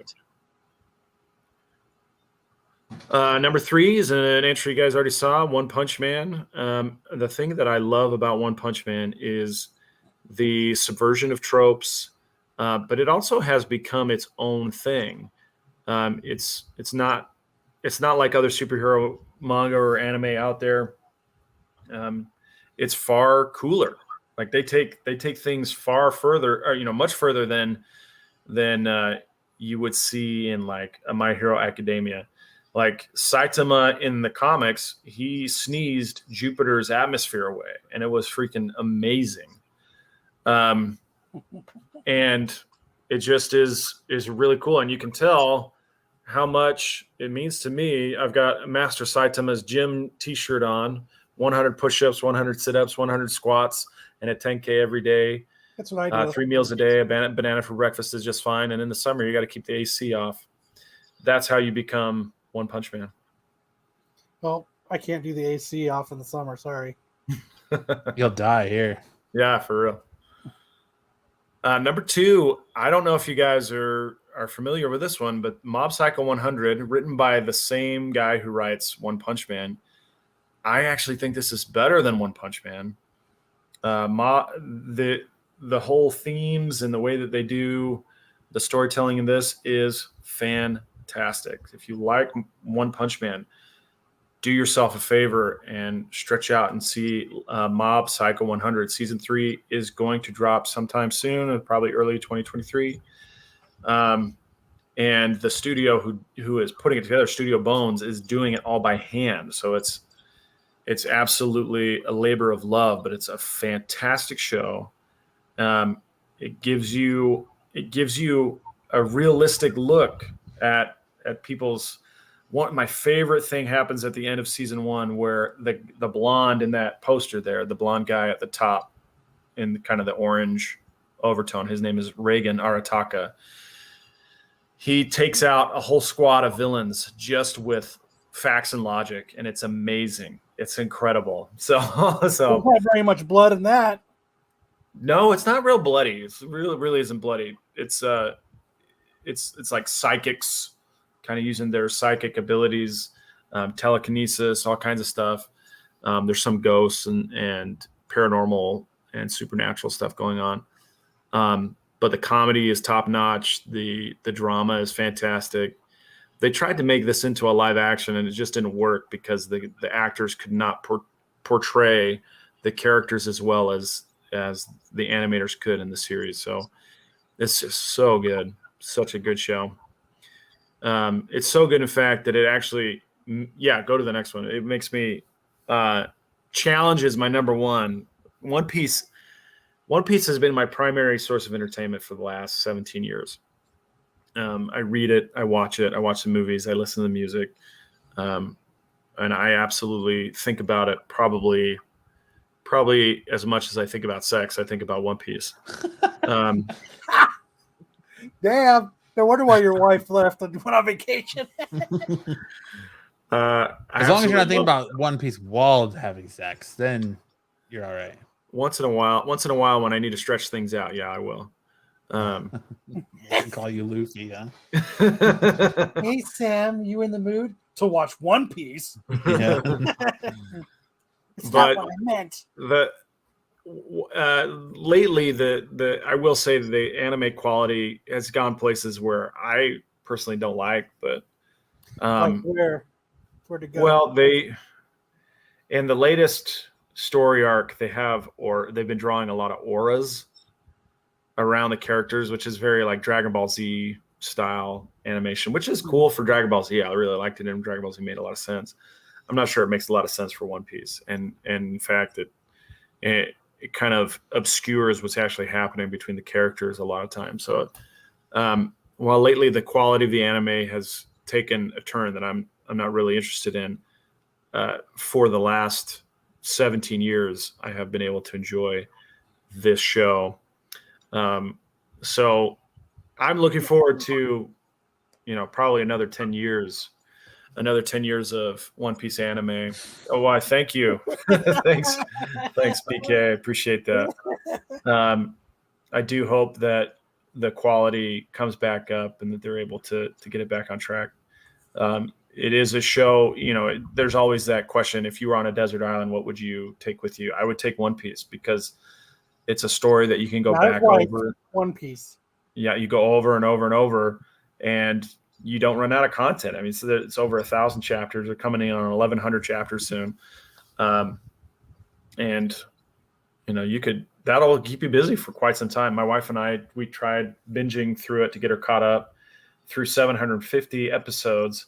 And it took us a month and a half to get through 750 episodes. So I imagine if Sam and his wife get divorced, the biggest fight will be she wants the One Piece just to spite you, and you want to keep the One Piece. So the biggest it's thing like those Beanie Baby divorces from the will 90s. be One Piece stuff. The Beanie Baby divorces, yeah, absolutely. Yeah, so that's my list. One Piece at the top. Not yet. Is it worse? Comic book reviews. Dude, you just gave away Movie Wars. Damn it. Well, I mean, we have no comic book review slides. I was just going to share them. Oh, okay. Go ahead. Do we have an intro for it? Oh, yeah. That'd probably help, huh?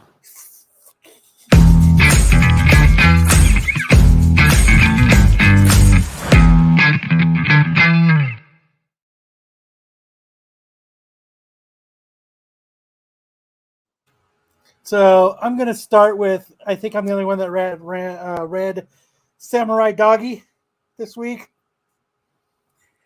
This is great. If you're not reading, it's on issue 2. It's great. So this kind of focuses, I'm not going to draw it out. So if you remember the end of issue 1, Samurai Doggy was about to get in a huge fight. He was totally surrounded by people, and that's kind of where the issue ended. So what this issue does is this issue backs up and actually focuses on another character. It focuses on this dude. And what this whole issue is about is this dude's trying to score drugs. And so what happens is he is on his, that's what he's on his way. Because remember, they're at like this carnival type of thing. And what happens is he gets to this carnival, and this dude's actually, so he's there. He's like, I need my drugs. And they're giving him, so he has to go see this dude that's, you know how they were blocking like the carousel in the last issue? Yeah. The reason that they have these goons blocking the carousel is because the drug dealer is on the carousel. And what happens is they're kind of giving him a hard time, and so this dude, he goes in, and there he's got Plumphead is the drug dealer, and they're promising him if he buys this certain kind of drug, they're going to give him this other one. And so that's why they're blocking it. And then he gets his drugs. They say, come again. And then he looks and he's like, fuck, they forgot to give the yellow submarine drug to me. So he actually is going back to get the other drug that he wanted. And that's when he notices that the fight is going on with Samurai Doggy. And that's kind of right here. They're all there. And he pulls out the sword. That's a sweet shot. And he just starts going to town. And that's kind of where it ends. But that is that is what this issue was. This dude went to go score drugs. That's why the goons are there. They're blocking it. It's a fun read. There's not a lot to it, which makes it great. Cool art. It's on issue 2. Totally worth checking out. Nice. I have it. I just haven't read it yet. I don't need to now because you just explained it. Yay! Thanks for saving me time. All right, so Daredevil 651. So they're starting the hand and the fist are getting ready to start their war, and Daredevil is trying to recruit people to go to war with him. So he's talking to this cop about joining him on the war against the hand, and he's talking about how he's a cop who's all about arresting other cops, and he's not a vigilante, and he kind of have a nice little conversation about how Daredevil needs someone he can trust. And I like how he's just Daredevil. He's in a hood. You can't tell who he is, but you can still see the red gloves. And he's got his mask on. So like he's in his diner, like nobody's gonna tell who he is. Yeah. But so he basically says he can't be Matt Murdock anymore, and he's only got one identity, and that's Daredevil. So Daredevil says for what's coming, he needs a little bit of power. So then he goes to see the mayor and Luke Cage, who's now the mayor of New York, and he's asking Luke Cage to join him in this fight. And Luke Cage pretty much turns him down and says, I'm the mayor now. I've got a different fight. I can't just be beating people down in the streets. So then he says he's got a meeting to get to. So Daredevil follows him because the people he's meeting with are people that Daredevil has tangled in the past, and they're very bad people. So he kind of trails him. If you want to keep scrolling, Kyle, he trails him to this meeting.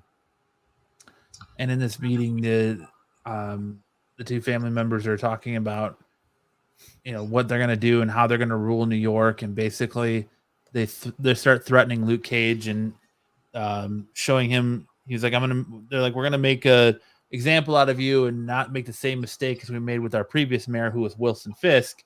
And they said, we're going to show you everything that belongs to us and that we own. So it shows them the whole world. And Luke Cage is like, are you threatening me? Like, are you going to threaten my kids, my family?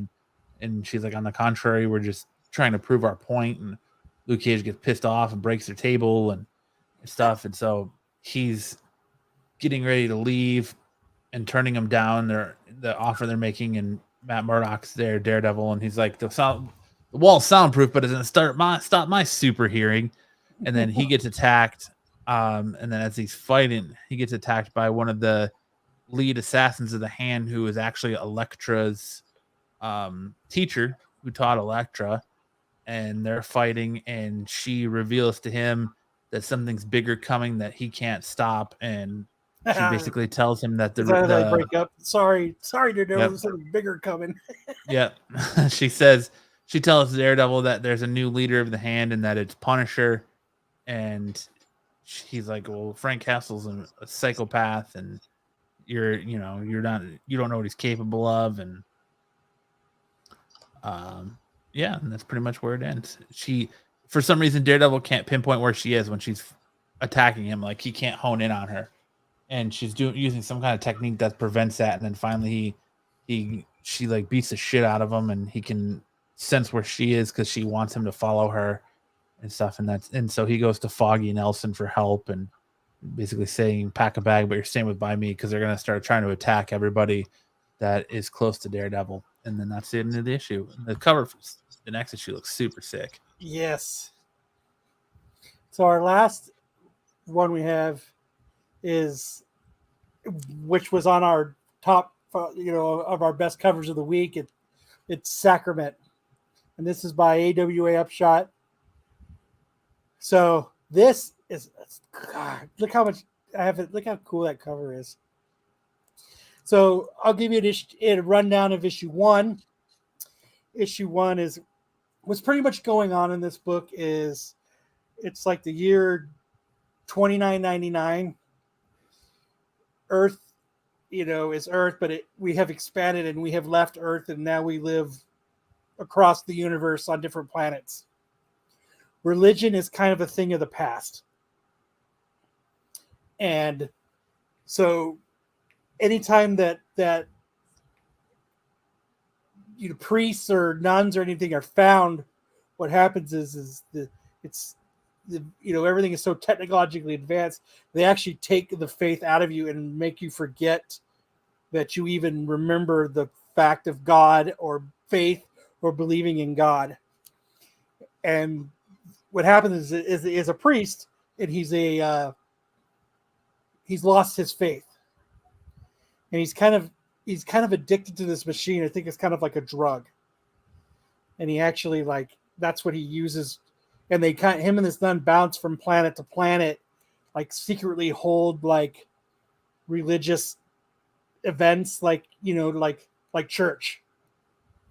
And they're being chased constantly. And what happens is, at the end of issue 1 is they walk into this planet. They walk in, and one of their scientists is bound upside down, stigmata, bleeding. And they're like, okay, we've got to find this priest, because what happens is 14 years prior, they know that he had performed an exorcism. And what happens here is, this is him performing the exorcism. And what happens is they're like, something's going on where this family was murdered, and there's all these upside down crosses. And you can see where he finds out, and they can smell the sulfur coming off of them. And the society doesn't, the higher ups do not want to believe that it's actually a possession. they believe that there's just something wrong with him. And so they have the and he kind of blocked out the memories of that exorcism, and this machine is, bringing those memories back. And this is them, and he was an assistant. And right here is Novice Reyes' soft, young, naked body. So that's his nun that he slept with. And this was 15 years ago that this demon had said her name. So now, and what happens is that that's her getting groped. But what happens is why this guy is held upside down in the stigmata, he actually says that same thing again. And that's what kind of leads them to believe that maybe he actually is possessed. So this is what I was talking about. They try science. They realize science doesn't work. And this is what I was talking about with the murdered family and the upside down crosses. And this is where he realizes what happens is he has to figure out how to do this exorcism, because it's like a damned if you do, damned if you don't type of thing. And now, and then they begin the exorcism. And that's where it ends, as they begin the exorcism. I found the writing very fascinating. I think it's kind of cool. What'd you think, Matt? Yeah, I liked it. I mean, exorcism in space is pretty much the exorcist in space is pretty much the concept. So it was an interesting read. I'm looking to see where they go with issue 2 and this is issue 2. Oh, okay. Well, then issue 3, because I hadn't heard about it until you pointed it out to me. So I didn't know this is issue 2. So issue 3 will be interesting, but yeah, it was a good read, and I didn't really understand what it was until I was like, holy shit, like this is literally the Exorcist in space. So it was cool. I'm bummed that this is going only to be 5 issues. It's only a 5-issue miniseries. But I mean, it's like this thing totally is like in my wheelhouse of like enjoyable reading. So like, if you haven't checked it out, it's worth checking out. So, but that's it. That's great. That's great. Good comic book this week. All right. Sacrament is great. Now it's time for Movie Wars. Movie Wars.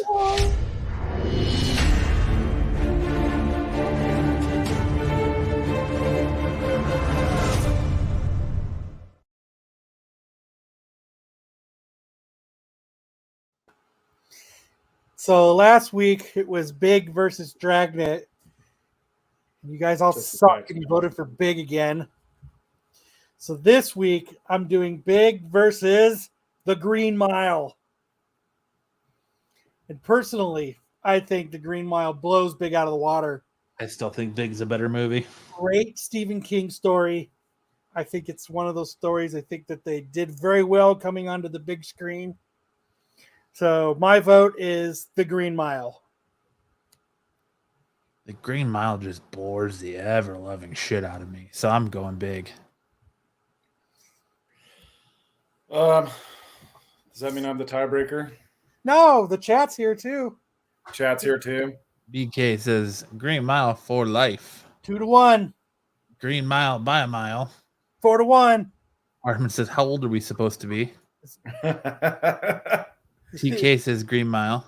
5-1. I BK also say says Green Mile. Matt may have to ride the lightning. Hartman says Big. I say Green Mile. Hi, Nathan says Green Mile. Yeah, it's winning by the landslide. Hartman's got Big. So if there's anybody else in the chat watching, they want to vote, now's your chance. I vote for the Money Pit. I agree. I thought about doing that one, but I wasn't sure if it was. Was that Shelley Long? Tom Hanks and Shelley Long in that one? Yeah. I didn't know if Money Pit had enough oomph to actually beat Big. I don't think so.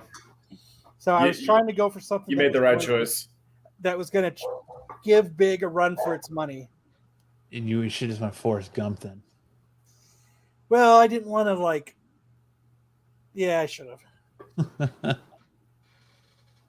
but I don't know. So I'm going to say BK's going for Green Mile. BK said big. Or no, sorry. You That's said Hartman. Green Mile for life. Yeah. Yes. BK's Green Mile. I'm sorry. I got him and Hartman mixed up.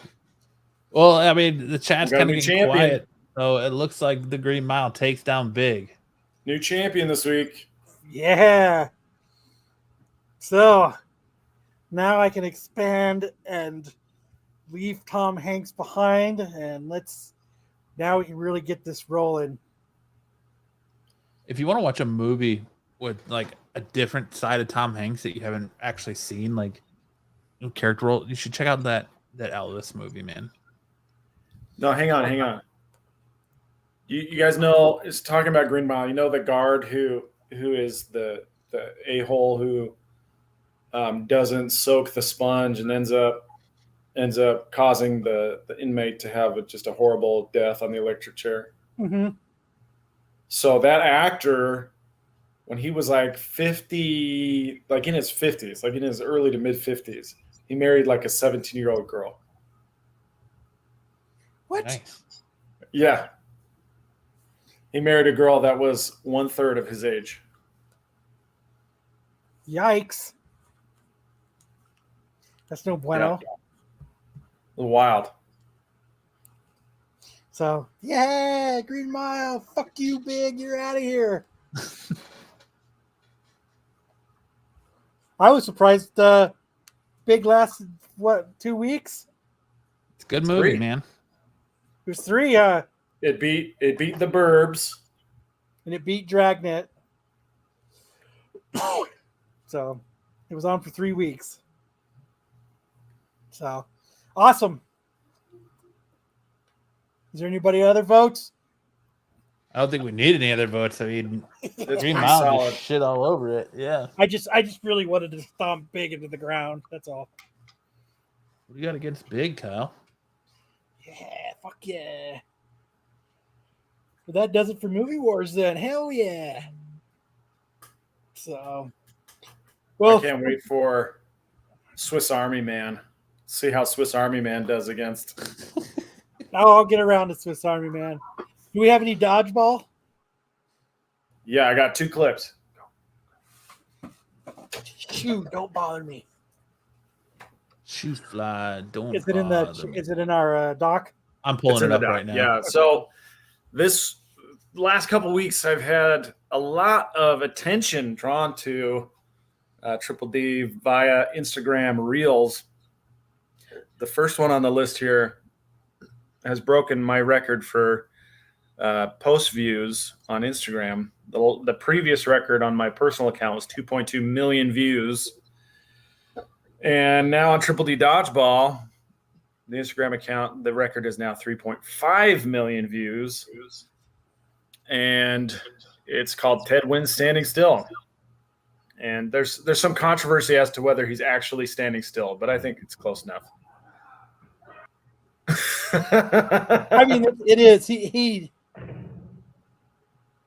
pretty much just puts his legs together. On this one, he just moves his shoulder. And then he grabs the ball and boom. Yeah, I mean he does. Yeah, he just shoulder shrugs and wins the game, man. 3.5 million views on that one. Over 6,700 likes. That one's doing It's really the well. tag, it's the hook, man. Everyone wants to know how the hell do you win a dodgeball game standing still? Right. Yep, right here. Zen Dodgeball.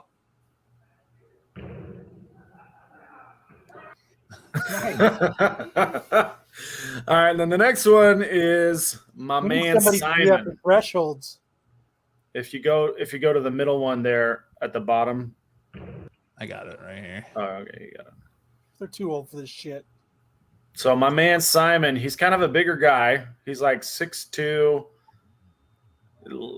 a bit of a huskier build. But the dude just has like this incredible instinct when he's on the court. For the first time he played, no one could hit him. He was just like, it was like a comedy routine for silent film days. He has the sense of when things are coming. And so don't we all? So he does this little, bow, and the ball goes right over him. Man, you guys are becoming some elite players. Yeah, right. Yeah, and I cut it because there was another ball coming right at him that he also, I thought he avoided, but I'm not sure if he does. I just wanted to get that right there. Wanted to get the yellow ball because I thought it was so cool. But this one has got like 54,000 views, I think. That's crazy. And for me, those are important figures because there's a World Dodgeball Federation and a USA Dodgeball Federation, and combined, their total Instagram reel views are like 200,000 total for all of their reels. And these two posts, the one post on its own has more views than both of those accounts combined. So a lot of attention coming to Triple D Dodgeball. I think if there's ever a professional dodgeball league, it'll look a lot more like my league than their league. Damn, Sam. Yeah. You're going to be leaving us all in the dust soon. It's a dream. It's a dream I'm working for. What, leaving us in the dust? No, not leaving you in the dust. You guys will get front row tickets, I promise. VIP section. I'm going to be like, what's his name's dad and not go to any of them. Ricky Bobby's dad. Sam will leave you tickets every game. You just don't show up. Or when you do show up, you try to scalp them. Yep. I got tickets. Who needs tickets? So, I think that concludes our episode for tonight. I think it was a pretty good one. Yeah, and we're almost ending on time. Only 2 minutes over. Oh no, not so shabby. Well, don't forget the Thresholds of Reality. Matt and Kyle did a great show today on Thresholds of Reality. We learned something very important on that episode. And it kind of goes against like what you think, but it's like if you're in an antique store and something is calling your name to buy it, don't buy it. It's haunted. It's haunted. And I was like, that goes against everything because when you see something you like, it's calling out to you, buy it, so you have to buy it. And I was like, but they're starting to say, hey, if it's in an antique store and it's calling your name to buy it, don't buy it. Must buy. But yeah, we did a real fun interview today. For some reason, her last name cannot stick in my head, and I had to keep. Cahal? Misty Cahal? It is a hard one to pronounce. Kyle had asked her 3 times how she pronounces her name. And then I still couldn't get it, so I just had them introduce themselves. Misty Cahal, right?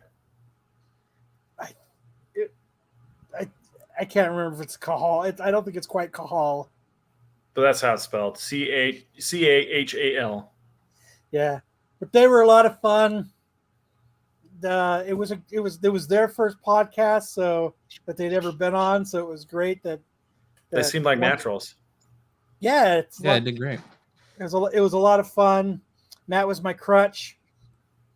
I needed he was there to help me. You could tell that I'm not very good at driving the ship because I forgot to end the broadcast. I forgot to promo any of their stuff. So I'm not good at driving the ship. I'm just good at being the skipper. I thought you did a great job. Yeah, you did real good, Kyle. I'm the Gilligan. I'm the Gilligan of the podcast. The Gilligan. So. All right, on that note, I guess another Saturday night in the books. Hope you guys enjoy the rest of your weekend. Enjoy football tomorrow if you're football fans. Go check out MCM, Brian's show. Yeah, make sure to, again, check out Kyle's awesome interview on Thresholds of Reality. Check out Friday's episode of Absolute Geek. And make sure to check out tomorrow night on the Star Wars show and Wednesday the Tack show. We got On a Renovision. whole. There's just so much on Renovision for you to enjoy. You really don't even need to leave the channel. Yep. If a creepy dog calls your name to buy, don't do it. And that's what I'm leaving you guys for tonight. With And just words like of Kyle, wisdom. just like Kyle says, after every time that he climaxes,